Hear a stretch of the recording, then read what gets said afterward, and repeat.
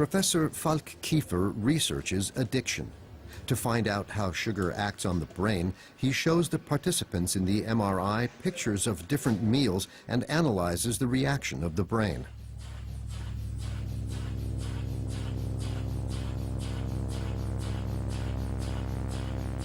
In pathologically obese people, pictures of bananas and apples trigger different reactions in the brain from ice cream, sweet desserts, or chocolate cake.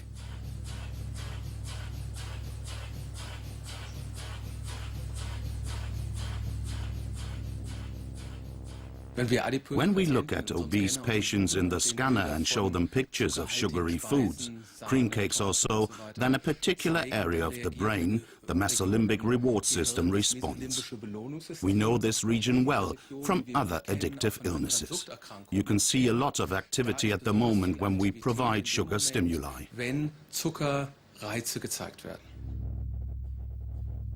This brain activity influences obese people in their eating behavior and leaves its marks on their everyday lives.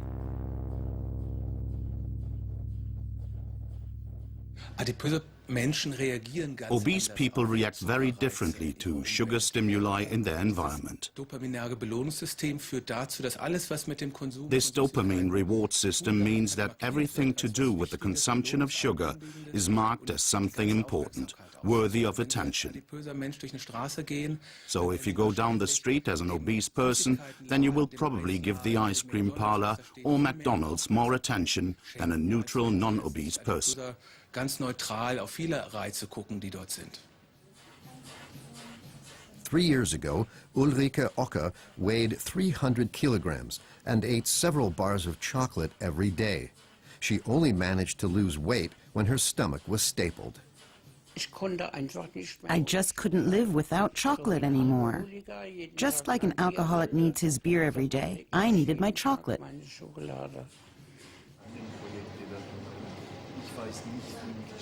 Falk Kiefer often talks to his colleague Rainer Spannagel. It's not disputed among scientists that humans get used to sugar or that it activates the same brain regions as nicotine or alcohol. But does this mean we can call the desire for sugar an addiction and sugar itself a drug?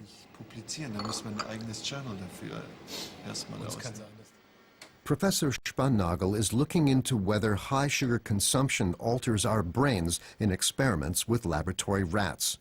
The animals are familiarized with a sugar solution. Every time a rat presses a lever in its cage, it is rewarded with a small amount of sugar.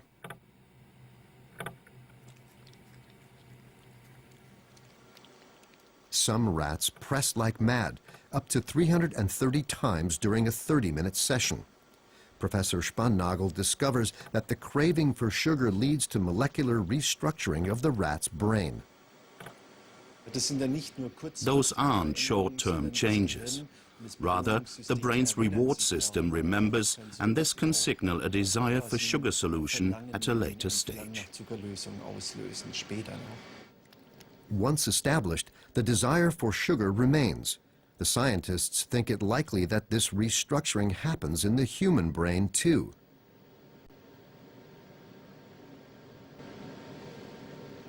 What happens when there is no more sugar from one day to the next?